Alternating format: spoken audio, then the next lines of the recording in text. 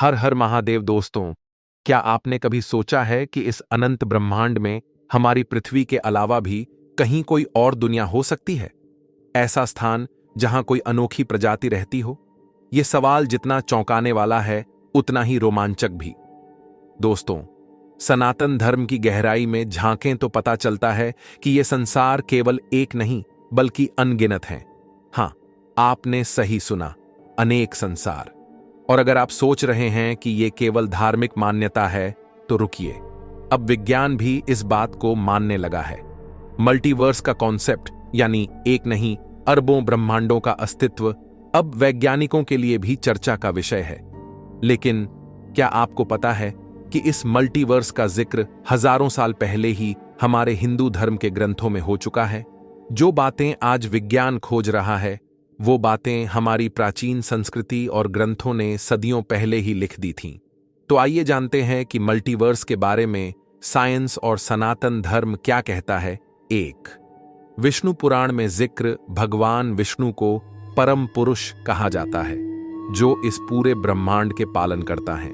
उन्हें शेषनाग, जो अनंत सर्प हैं, पर क्षीर सागर, दूध का महासागर में योग निद्रा की अवस्था में बताया गया है। पुराणों में वर्णन है कि भगवान विष्णु की हर एक श्वास के साथ अनगिनत ब्रह्मांड उत्पन्न होते हैं और उनकी श्वास के अंत के साथ ही ये ब्रह्मांड लुप्त हो जाते हैं। इसे समझने के लिए यह जानना जरूरी है, हर श्वास को एक कल्प कहा जाता है। एक कल्प सृष्टि का चक्र है, जिसमें ब्रह्मांड का निर्माण, संचालन और विनाश होता है। विष्णु के शरीर से ब्रह्मांडीय अंड हिरण्यगर्भ उत्पन्न होता है, जो हर एक ब्रह्मांड का मूल होता है।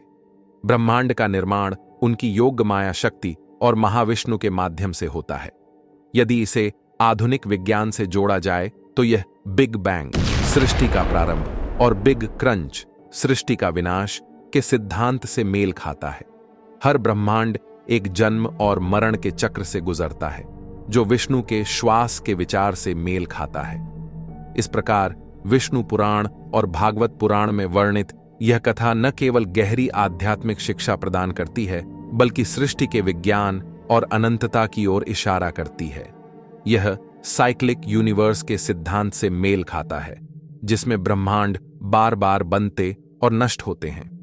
आधुनिक इन्फ्लेशन थ्योरी कहती है कि बिग बैंग के बाद असंख्य ब्रह्मांड एक साथ बने हो सकते हैं। शिव पुराण में प्रूफ, शिव पुराण के अनुसार भगवान शिव को महादेव कहा गया है, जो सृष्टि के संहारक और अनंत ब्रह्मांडों के स्वामी हैं। उनका अस्तित्व केवल एक ब्रह्मांड तक सीमित नहीं है, बल्कि वे अनगिनत ब्रह्मांडों में विभिन्न रूपों में विद्यमान हैं। यह विचार शिव की अनंतता और उनके परात्पर स्वरूप को दर्शाता है। भगवान शिव ने नारद मुनि को बताया कि जो ब्रह्मांड हम जानते हैं वह केवल एक है, लेकिन इसके अलावा भी अनगिनत ब्रह्मांड हैं। हर ब्रह्मांड में शिव का अलग अलग रूप और स्वामित्व होता है। प्रत्येक ब्रह्मांड में अलग अलग त्रिमूर्ति ब्रह्मा, विष्णु और शिव होती हैं। भगवान शिव हर ब्रह्मांड में अपनी उपस्थिति बनाए रखते हैं और वहां के संचालन में अपनी भूमिका निभाते हैं। नारद मुनि ने भगवान शिव से पूछा, क्या यह पूरा ब्रह्मांड आपका अधीनस्थ है?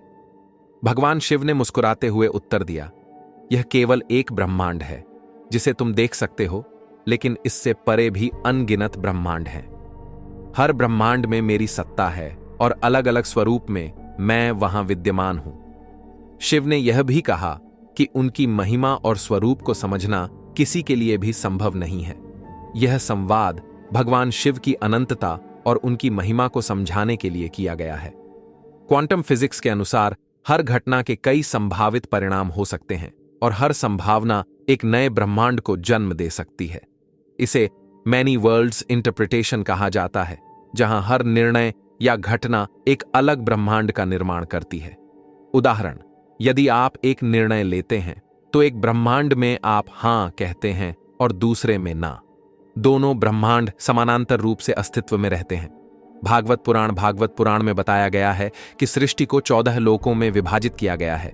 ऊर्ध्वलोक, ऊपरी लोक, सत्यलोक, तपलोक, जनलोक, महलोक, मध्यलोक, पृथ्वीलोक, अधोलोक, नीचे के लोक, अतल, वितल, सुतल, पाताल, हर लोक की अपनी भौतिक और आध्यात्मिक संरचना है।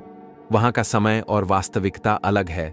डायमेंशन थ्योरी डायमेंशंस थ्योरी कहती है कि हमारे 3 आयामी ब्रह्मांड के अलावा भी कई आयाम हो सकते हैं। स्ट्रिंग थ्योरी के अनुसार ब्रह्मांड में 10 या 11 आयाम हो सकते हैं। माया और समानांतर ब्रह्मांड पैरेलल यूनिवर्सेस कथाएं। अद्वैत वेदांत में माया को सभी ब्रह्मांडों का आधार माना गया है।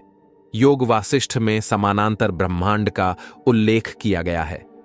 इसमें एक कथा आती है जहां एक अर्षि राजा को सपनों और वास्तविकता की तुलना से यह समझाते हैं कि हर घटना किसी अन्य ब्रह्मांड में चल रही हो सकती है।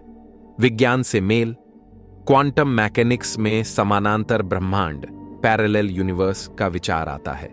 इसका मतलब है कि हमारी हर पसंद और हर संभावना के लिए एक अलग ब्रह्मांड मौजूद हो सकता है।